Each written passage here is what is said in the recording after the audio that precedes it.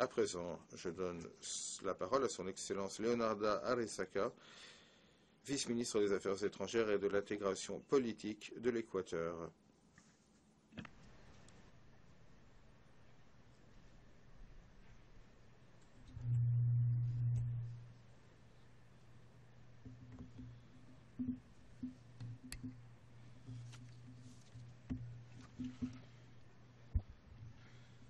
Buenas tardes. Bon après-midi. C'est un honneur que de pouvoir m'adresser à l'Assemblée générale des Nations unies et ainsi représenter l'Équateur et la révolution citoyenne. Tout d'abord, je voudrais féliciter le président Sam Kutesa de son élection à la présidence de la 69e session de l'Assemblée générale. Le président de l'Assemblée doit savoir qu'il jouira de l'appui sans réserve de la délégation de l'Équateur pendant son mandat. De même, je voudrais remercier et exprimer la reconnaissance de l'Équateur à notre frère John Ash. Je salue le travail qu'il a accompli à la direction de l'Assemblée pendant la 68e session. Je voudrais vous présenter le salut fraternel et solidaire du président Rafael Correa, du ministre des Affaires étrangères Ricardo Patiño et de la Révolution citoyenne. Monsieur le Président, aujourd'hui même, le 30 septembre, il y a 4 ans, l'Équateur a pâti d'une tentative de coup d'État. Au cours de cette tentative de coup d'État, l'on a essayé de porter atteinte à la vie du président de la République, Rafael Correa Delgado. Il y a 4 ans, la démocratie en Équateur était en péril, mais la démocratie l'a emporté. La condamnation de la communauté internationale fut immédiate. Les pays, en particulier de la région, et l'Organisation des Nations Unies, ainsi que d'autres organismes internationaux, ont appuyé les millions d'Équatoriens et d'Équatoriennes qui sont descendus dans les rues et sur les places de ma patrie pour condamner le recours à la violence, pour rejeter le coup d'État, pour canaliser les aspirations de tous les secteurs de la population et pour consolider la démocratie dans mon pays. J'exprime ma gratitude au secrétaire général de l'ONU, M. Ban Ki-moon, qui avait fait immédiatement des déclarations pour mettre en garde le monde entier et qui a envoyé une mission spéciale en Équateur pour constater la situation. Le travail efficace d'Oscar Fernandez Taranco, secrétaire général adjoint, et de son équipe mérite d'être signalé et apprécié à leur juste valeur. La démocratie en Équateur en est sortie renforcée. Les auteurs de la tentative du coup d'État ont été isolés et la loi et la volonté exprimée dans les urnes l'ont emporté sur les intérêts de petits groupes, des groupes petits mais puissants qui sont restés en marge de l'histoire et dans une situation d'arriération. Pendant la nuit du 30 septembre 2010, tous les chefs d'État de l'UNASUR se sont réunis à Buenos Aires pour appuyer le gouvernement équatorien et le président Rafael Correa. Le résultat de cette réunion, c'est que les 12 pays d'Amérique du Sud ont approuvé un protocole additionnel au traité constitutif de l'UNASUR, protocole qui a permis d'établir la clause démocratique qui vise à dissuader la rupture de la démocratie dans la région ou les menaces sur la démocratie dans notre région. En Équateur et en Amérique du Sud, nous n'allons pas faire marche arrière vers le passé. Nous ne pouvons pas revenir dans le passé. L'utilisation de la force comme mécanisme d'expression et de solution de différends ne se répétera pas. Cela est apparu clairement le 30 septembre 2010. Nous avons choisi le chemin du droit et du dialogue pour l'élaboration d'un monde et d'un avenir meilleur pour nos peuples. Monsieur le Président, le gouvernement de l'Équateur, le gouvernement de la Révolution citoyenne, s'est proposé de mener à bien un changement radical dans les structures de l'État et dans le modèle politique et de développement de notre pays. Le lien entre l'Équateur et le contexte international est cohérent avec cette réalité. Le sumac Kausai, qui dans la langue de nos peuples ancestraux signifie le bien vivre, se construit chaque jour grâce à un nouveau modèle fondé sur l'économie sociale et solidaire, en s'adossant sur la démocratie citoyenne, ce qui est alimenté par la planification. Les changements produits par le gouvernement de la Révolution citoyenne en Équateur vont clairement dans la même direction que les objectifs du millénaire pour le développement et le programme de développement pour l'après 2015, et cela se retrouve dans l'indice de développement humain des Nations Unies. Je voudrais évoquer brièvement certaines réalisations de la Révolution citoyenne au cours des 7 années et demie qui viennent de s'écouler. 1 136 000 Équatoriens, c'est-à-dire 10% de la population, ne sont plus pauvres, sont sortis de la pauvreté. Nous avons réduit le taux de chômage à 4,9%, le taux de chômage le plus faible en Amérique latine. Et nous avons maintenu une politique de hausse de salaire, ce qui fait que l'Équateur jouit des indices de valeur réelle les plus élevés de la région. Par ailleurs, l'Équateur est un leader en Amérique latine et dans les Caraïbes pour la réduction de l'inégalité, ce fléau que connaissent de nombreux pays d'Amérique latine et des Caraïbes. La compétitivité de l'Équateur ne se fonde plus sur la précarisation ni l'exploitation de la main-d'œuvre. La compétitivité de mon pays maintenant se fonde sur les investissements publics, les routes, les ports, les aéroports, les télécommunications, la production d'électricité, les systèmes de justice et de sécurité citoyenne.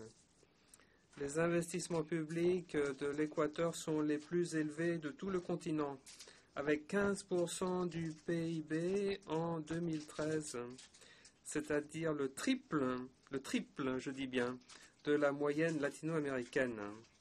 Grâce à cela, nous avons gagné 15 places au classement de la compétitivité d'après le Forum économique mondial.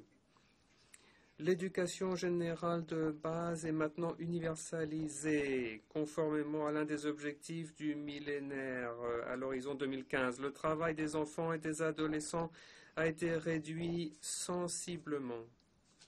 82 lycées du secteur public sont devenus membres de l'organisation du baccalauréat international. 82 lycées. Et on prévoit qu'en 2017, le nombre de lycées passera à 500 pour les lycées membres de l'organisation du bac international. Grâce à cette transformation de l'éducation que connaît l'Équateur, 179 290 étudiants sont passés du système d'éducation privée au système d'éducation publique. Autrement dit, au cours des 2 dernières années, 19% des étudiants ont quitté les lycées et les écoles privées pour aller étudier dans les collèges, lycées et écoles de l'État. Nous vivons une véritable révolution éducative. L'Équateur a investi dans l'enseignement supérieur presque 2% du produit intérieur brut, plus du double de la moyenne de l'Amérique latine. Le gouvernement de l'Équateur a financé jusqu'à présent, au cours de ces 7 années et demie de gouvernement, 8 000 boursiers qui étudient à l'étranger. La majorité de ces boursiers suivant des programmes de maîtrise ou de doctorat dans les meilleures universités du monde. Cela représente le plus grand investissement en bourse par rapport au produit intérieur brut dans toute l'Amérique latine. Je mentionne toutes ces réalisations de la révolution citoyenne et de nombreuses autres réalisations que je ne peux pas énumérer faute de temps, car toutes ces réalisations avaient été remises en cause le 30 septembre 2010, il y a 4 ans aujourd'hui. Ces avancées ont été obtenues grâce au fait que la démocratie l'a emporté et parce que le gouvernement de l'Équateur a continué d'œuvrer pour le bien commun de sa population. Monsieur le Président, le défi le plus important que doit relever l'État équatorien, en même temps que la lutte contre la pauvreté, c'est la transformation de son économie.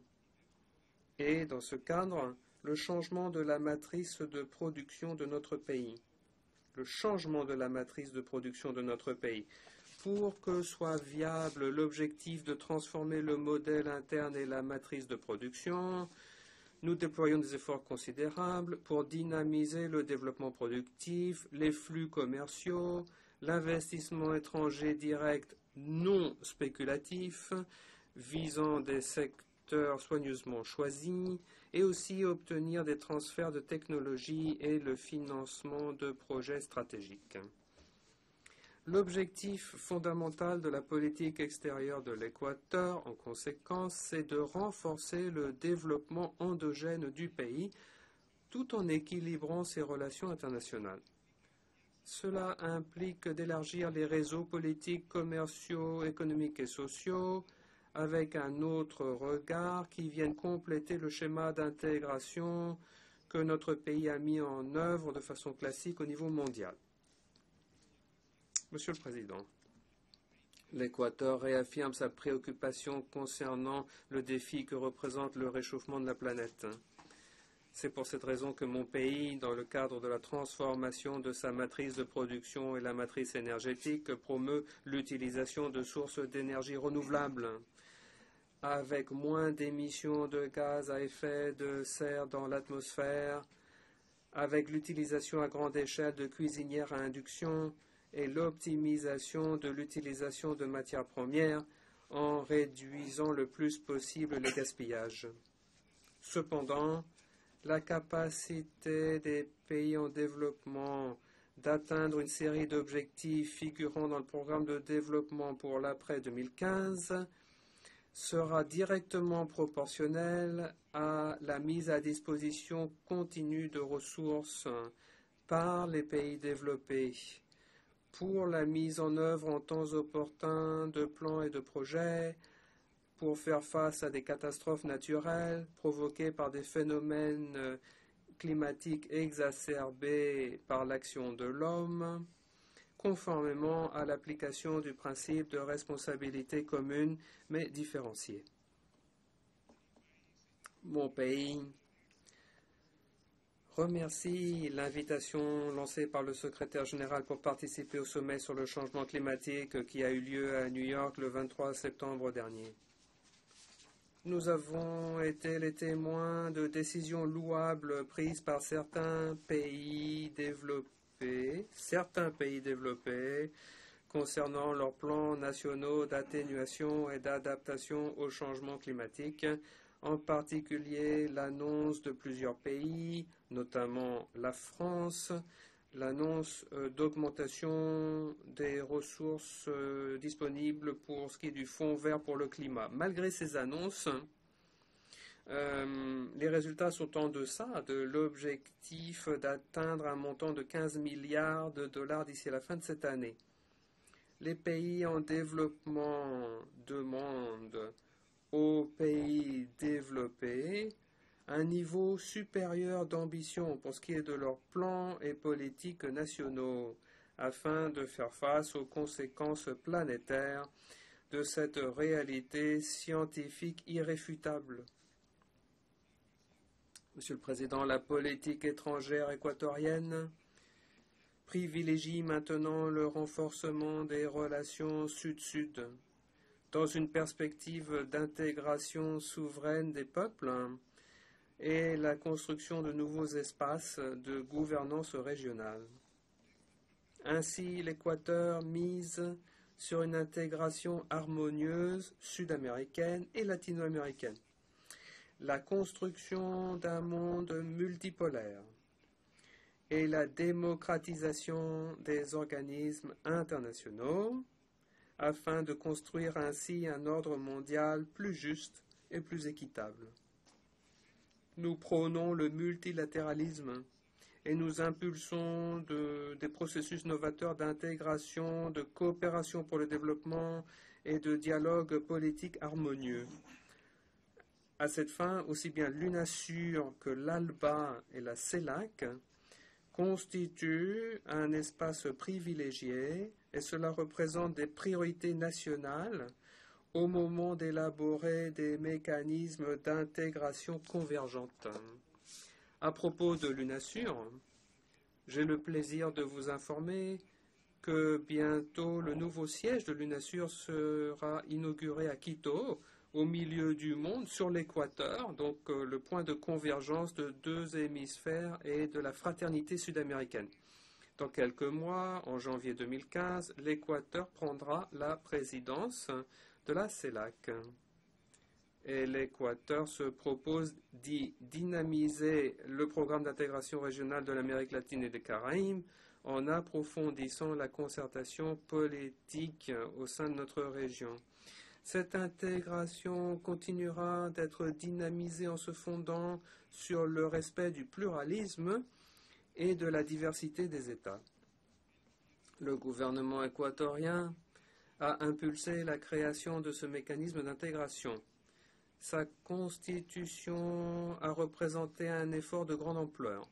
La CELAC, la communauté des États latino-américains et des Caraïbes, n'a exclu aucun État latino-américain ni des Caraïbes. Nous avons rejeté fermement les embargos et les sanctions unilatérales. Notre bataille permanente est livrée contre l'inégalité et la pauvreté. Monsieur le Président, il faut surmonter les injustices. Il faut éliminer les injustices.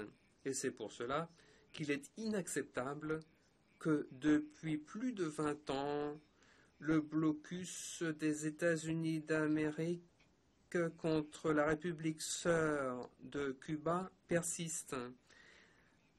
Bien que Cuba ait obtenu l'appui de l'Assemblée générale pendant 21 ans, nous rejetons également que l'on fasse figurer Cuba sur la liste des pays qui promeuvent le terrorisme.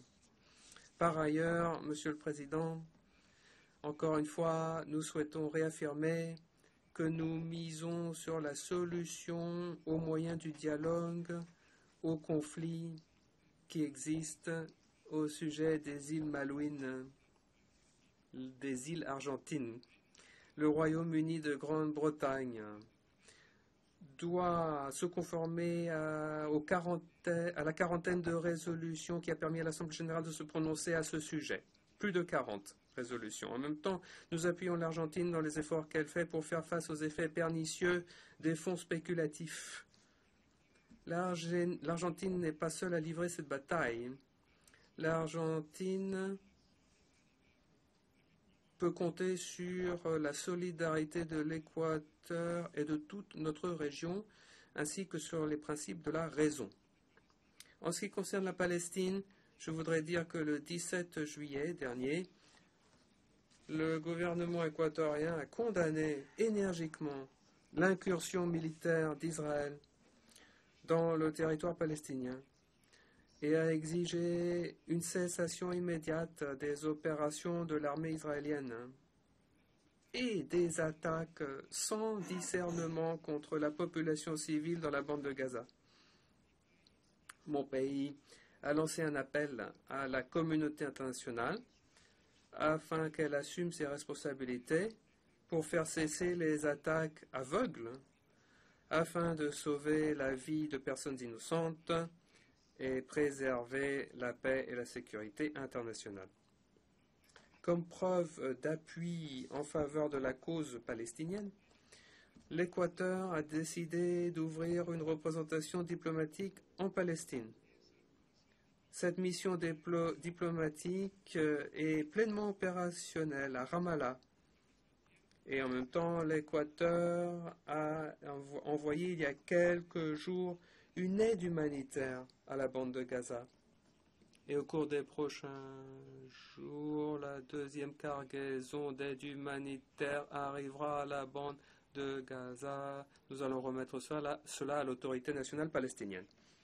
Monsieur le Président, en 2016, l'Équateur sera le siège du sommet entre l'Amérique du Sud et l'Afrique, acronyme espagnol ASA, sommet Amérique du Sud-Afrique.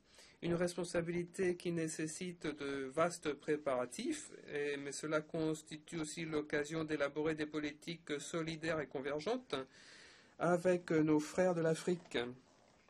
Le moment est venu d'approfondir les relations entre l'Afrique et l'Amérique latine.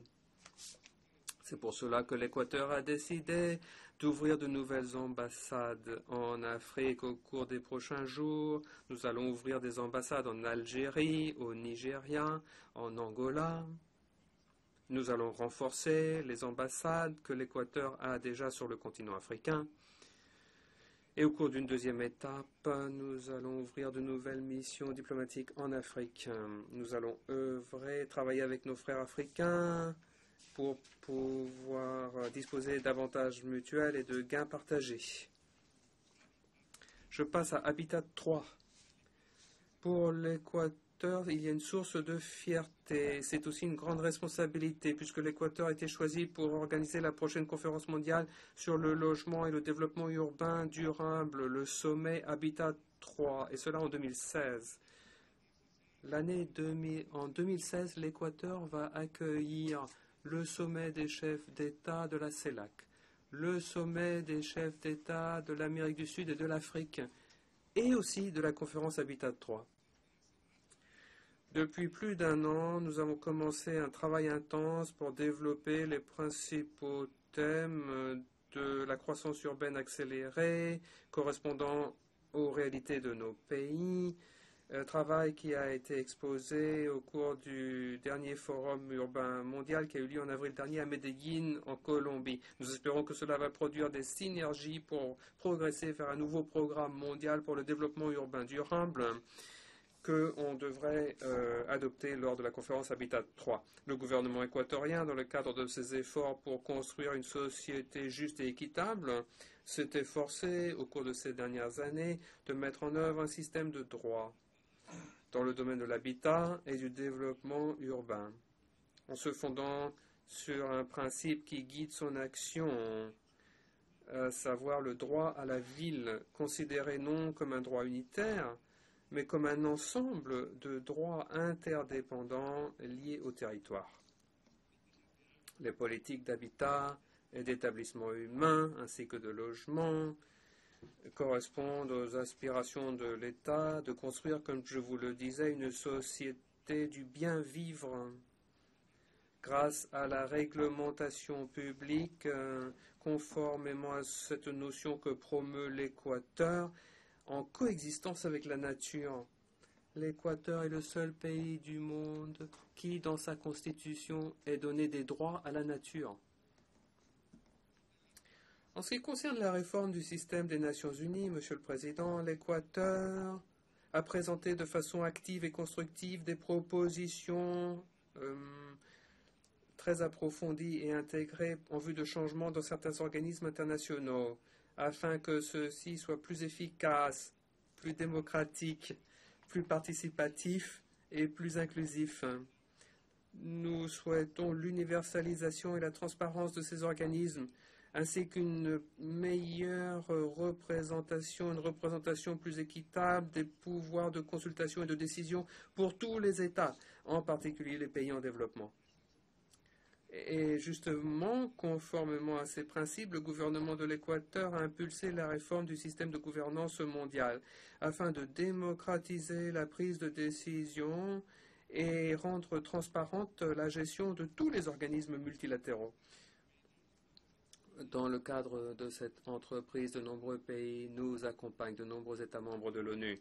L'Équateur propose d'infléchir le système des Nations Unies, car sa structure actuelle ne donne pas de bonnes réponses aux conflits internationaux. ne donne pas de réponse à la conjoncture internationale conflictuelle. L'Équateur mise sur la démocratisation du Conseil de sécurité qui devrait être constitué de blocs afin de trouver un équilibre et d'assurer la représentativité et le principe d'égalité des États. Ce n'est qu'ainsi que le Conseil pourra jouer son rôle pour ce qui est du maintien de la paix et de la sécurité internationale, et ce sont les objectifs visés par l'Équateur. Nous sommes à la veille du 70e anniversaire de l'Organisation des Nations Unies. Nous avons l'obligation historique de moderniser, de démocratiser l'ONU en renforçant le rôle de l'Assemblée générale pour ce qui est de la prise de décision, comme par exemple pour élire les juges de la Cour internationale de justice et aussi pour élire le secrétaire général de l'ONU. Monsieur le Président, dans le panorama actuel, nous constatons avec préoccupation qu'en même temps que des progrès ont été enregistrés en 2014, de nombreuses menaces pèsent sur l'humanité. De nombreuses menaces, des situations de conflits armés, des crises humanitaires, des atteintes aux droits de l'homme, des violations du droit international. Tout cela menace des populations entières. Cela exige une riposte d'urgence de la communauté internationale. Le gouvernement de l'Équateur a exprimé sa conviction au sujet de la nécessité de respecter le droit international et de trouver des solutions négociées et pacifiques. L'Équateur a rejeté tout type d'interventionnisme et toute action unilatérale portant atteinte à la souveraineté et à l'intégrité territoriale des États, ainsi qu'aux droits de l'homme, toute action qui se fasse en marge de la légalité internationale. Nous rejetons totalement cela. De même, l'Équateur a condamné fermement tous les agissements terroristes, que ce soit de la part de groupes irréguliers ou qu'il s'agisse du terrorisme d'État. L'Équateur a condamné les agissements de l'État islamique aussi bien en Irak qu'en Syrie.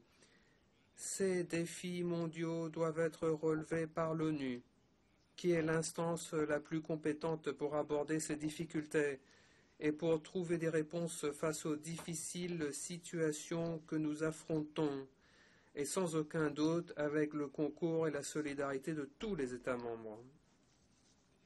Monsieur le Président,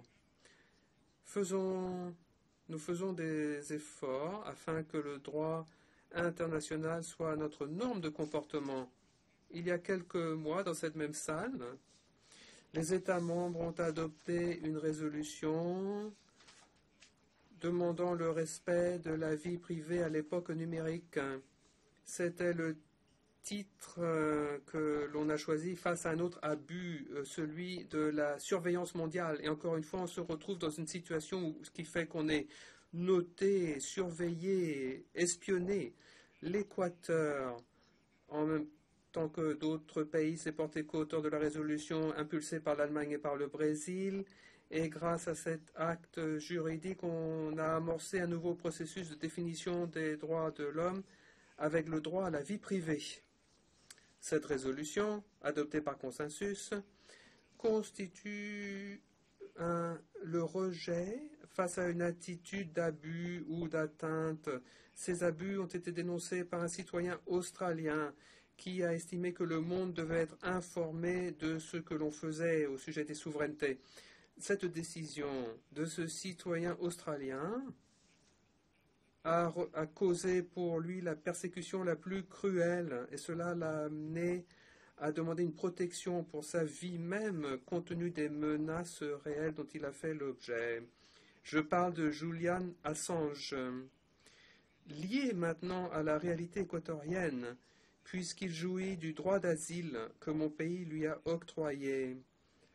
Mon pays, en effet, a conclu que M. Assange méritait ce statut et ce droit d'asile. Il vient de vivre 2 années de cette nouvelle réalité. 2 années de la vie de M. Assange. 2 années sans liberté de circulation. 2 années pendant lesquelles il a été enfermé dans un petit espace en attendant que la justice se fasse. La justice, cette justice tant souhaitée, Monsieur le Président. Lorsqu'on accorde le droit d'asile, on le fait principalement pour que soient immédiatement reconnus et respectés les droits de l'homme fondamentaux. Le plus important, le droit à la vie. Il a été très difficile de convaincre l'autre partie, le Royaume-Uni de Grande-Bretagne, difficile de convaincre le Royaume-Uni que cette situation doit être prise en considération et que les droits de l'homme fondamentaux de Julian Assange doivent être respectés. L'Équateur continuera de travailler de façon inlassable jusqu'à ce qu'on trouve une solution à cette affaire. Et pour cela, nous espérons pouvoir disposer de l'appui du Royaume-Uni de Grande-Bretagne et aussi du Royaume de Suède. Je lance un appel au Royaume de Suède pour qu'il fasse appliquer l'un des principes juridiques les plus importants qui soient reconnus au niveau international et également reconnus par le système juridique suédois, la tutelle judiciaire effective. Après 4 années, le bureau du procureur de ce pays n'a pas été en mesure d'entendre les dépositions de Julian Assange, malgré la pertinence de le faire dans un autre pays, comme le prévoient d'ailleurs les lois suédoises, et cela malgré les nombreuses offres de coopération judiciaire présentées par l'Équateur et malgré la volonté manifestée par les avocats de Julian Assange eux-mêmes. Pour ce qui est d'autres questions, et j'en arrive à la fin de ma déclaration, Monsieur le Président, je voudrais mentionner les sociétés transnationales. Au cours de ces dernières années, on a vu une augmentation des plaintes déposées par les entreprises transnationales devant des tribunaux internationaux d'arbitrage, des plaintes contre des États et des peuples du Sud. Ces litiges représentant des millions de dollars, plusieurs millions de dollars, comme l'affaire Chevron Texaco en Équateur, sont une menace pour les ressources budgétaires des pays et cela remet en cause la validité et la légitimité de la juridiction nationale des différents États. La portée de ce problème pourrait compromettre jusqu'au plan de développement des pays du Sud, en Amérique latine et dans d'autres régions du monde. Dans ce contexte, nous sommes en train de créer au sein de l'UNASUR, un centre d'arbitrage régional. Nous sommes en train de créer un centre consultatif juridique pour les litiges dans le domaine des investissements. Nous élaborons un code de conduite pour les arbitres et les médiateurs. Dans le cadre de l'UNASUR, nous sommes en train de mettre en place avec d'autres régions du monde un observatoire pour les transnationales. Tout cela dans le but de créer des mécanismes d'appui pour l'analyse, le suivi et les capacités de riposte des États en ce qui concerne la prévention et le règlement de différends ou de litiges dans le domaine des investissements. L'Équateur, avec l'Afrique du Sud, a également impulsé une proposition dans le cadre du Conseil des droits de l'homme des Nations Unies, le but étant de disposer d'un instrument contraignant pour ce qui est d'imposer des obligations juridiques internationales en matière de droits de l'homme aux sociétés et entreprises transnationales. Et l'on a décidé de mettre en place un groupe de travail pour étudier cette initiative au Conseil des droits de l'homme. Mon pays accorde une importance particulière à cette question et œuvrera pour parvenir à des accords avec les États intéressés, car il s'agit d'une question d'une importance fondamentale et nous sommes sûrs de pouvoir bénéficier de l'appui de tous les États. Enfin, Monsieur le Président, je voudrais réaffirmer au secrétaire général de l'ONU notre reconnaissance, la reconnaissance de l'Équateur, puisque l'ancien vice-président de la République équatorienne, Lénine Moreno, a été nommé envoyé spécial du secrétaire général sur les handicapés et l'accessibilité. L'Équateur continuera d'appuyer toutes les initiatives de l'ONU en vue de promouvoir et de protéger les droits des personnes handicapées et de leurs familles. Pour conclure, Monsieur le Président, au début de mon intervention, j'ai mentionné plusieurs des réalisations de la révolution citoyenne au cours des 7 années et demie qui viennent de s'écouler. Il s'est agi de transformations de grande ampleur avec des répercussions considérables. Il s'est agi de transformations historiques. Mon pays veut travailler avec tous les États membres pour parvenir à une véritable transformation de l'Organisation des Nations Unies. Nous avons d'immenses défis à relever, aussi bien pour promouvoir le développement que pour le maintien de la paix, la réduction des inégalités et la diminution de la pauvreté. L'Équateur proclame son engagement total pour œuvrer ensemble dans cette entreprise historique. J'espère vous voir l'année prochaine à l'Assemblée générale lors de sa 70e session et à ce moment-là, nous pourrons célébrer la prise de décision importante. Je vous remercie beaucoup. Bon après-midi. Je remercie le vice-ministre des Affaires étrangères et pour l'intégration politique de l'Équateur de sa déclaration.